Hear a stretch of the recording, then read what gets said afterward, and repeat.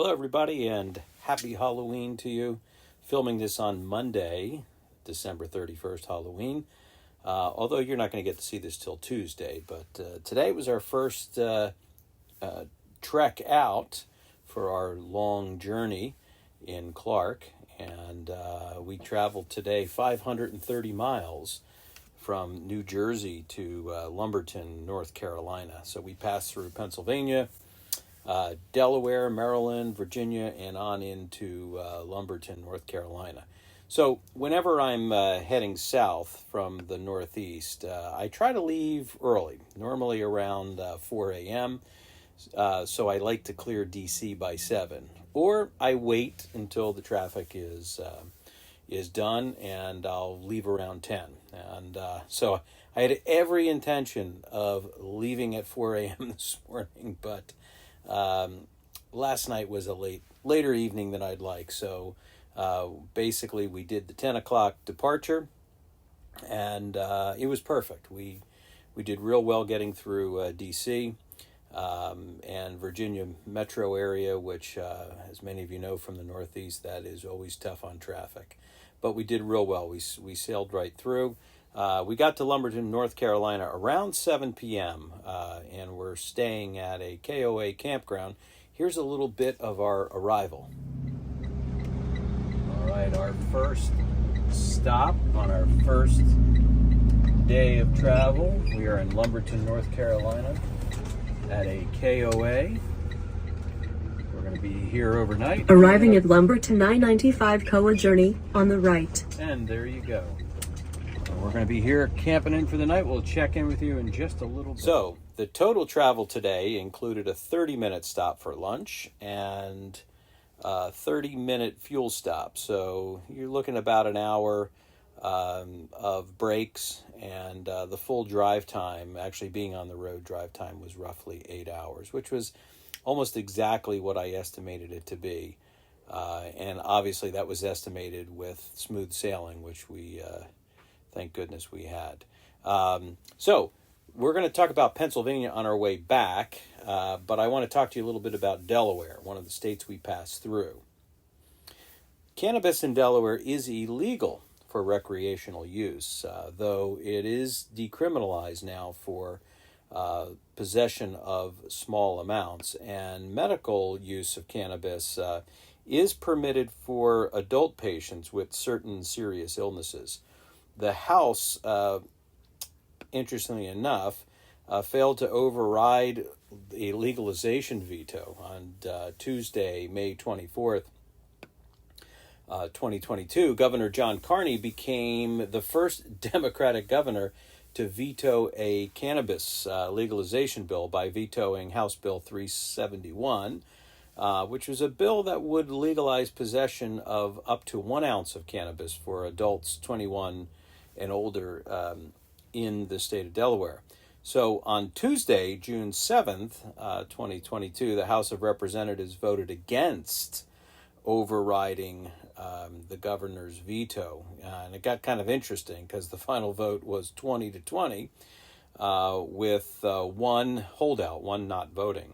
And although the bill originally passed the House 26-14, 4 Democrats and 2 Republicans changed their vote from yes to no, or not voting on the veto override. So we're seeing things getting a little interesting in Delaware. And then 2 representatives from the D side, they stepped up, changed their votes from not voting to yes at the last minute when it was evident that the override would fail. So a little bit of drama there in Maryland.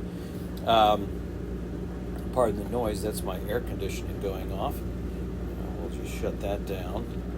A little bit warmer here in North Carolina. In Maryland, driving through the state of Maryland, cannabis is legal for medical use and has been... get that air conditioner to kick off. Okay. So it is legal for medical use and has been since 2017 when the Medical Cannabis Commission of Maryland became operational, which was in December of 2017. And it is illegal for recreational use, but possession of 10 grams, which is 3/8 of an ounce or less, is decriminalized. Another interesting fact in Maryland, it is the first ever in the country to produce a Master of Sciences degree in medical cannabis program, which was developed at the universities at Shady Grove and Rockville, Maryland. In fact, little known fact, our very own Vice President of Compliance at Qredible, Michael Boone, has graduated from the university in Maryland with his master's in medical cannabis and therapeutics. The program's pretty amazing, and it blends online instruction with face-to-face experience with an award-winning faculty that is really trying to prepare graduates to respond to the increasing demand for medical cannabis with an understanding of the basic science and clinical uses of the cannabis plant. So we'll be talking more about these educational programs throughout the country later,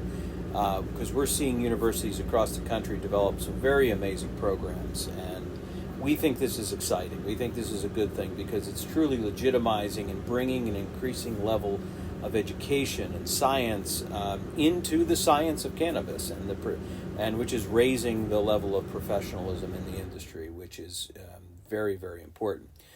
We see Rowan University in New Jersey also building a pretty amazing program. But again, we'll talk about that a little bit later on, because we're big believers in the education around this, and the professionalism and the legitimization and the transparency in the industry for the sake of safety for the entire industry. Because let's face it, folks, it's it's happening. So back on the legality of cannabis in Maryland, actually early this year, the Maryland General Assembly passed legislation to place a ballot question on the legalized cannabis for adult use, and that's going to be coming before voters in Maryland this coming November election. So, with Election Day fast approaching, the campaign to legalize cannabis for adults in Maryland recently, as you've seen a lot of stuff happening, the state launched a campaign video and website promoting the passage of this question 4, which will be on the ballot, just in a couple weeks here, in a week or so. Former Baltimore Raven Eugene Monroe is an outspoken advocate for marijuana policy and criminal justice reform. And he actually chairs the campaign. So Marylanders will have the opportunity to legalize cannabis for adults over 21 years of age if the question passes. So,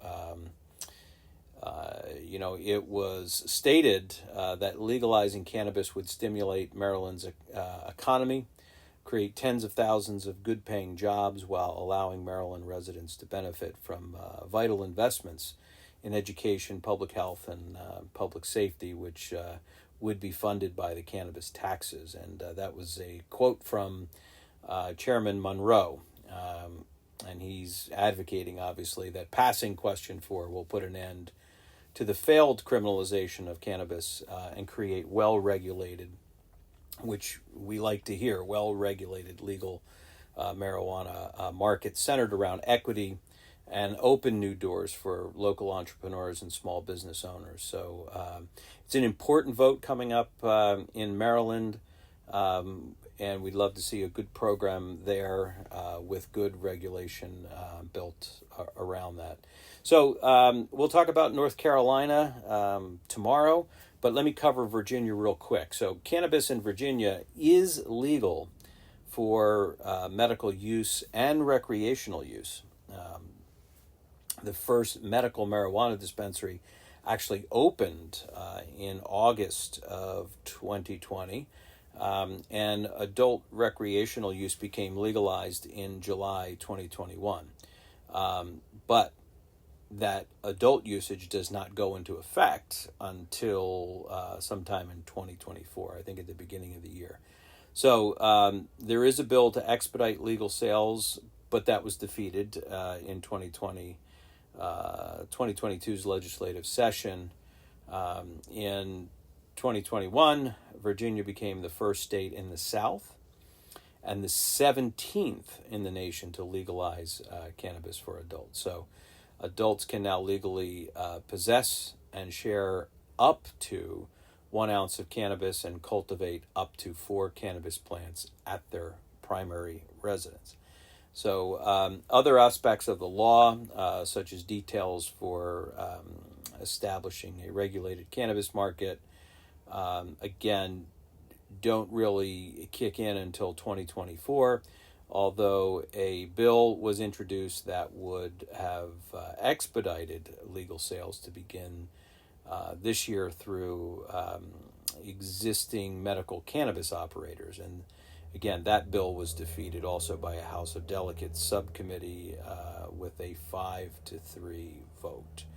So another interesting thing in the Commonwealth of Virginia, the odor of cannabis can no longer be used as a pretext for searches. So during a special session in late 2020, both chambers of the Virginia General Assembly approved, and Governor Northam signed a modest cannabis reform bill, which was SB 5029. The legislation prevents law enforcement from using the odor of cannabis as a pretext for searching or seizing property. So that bill became law and went into effect on March 2021. So that's where things are at in at least those 3 states. We'll catch up on North Carolina, South Carolina, Georgia.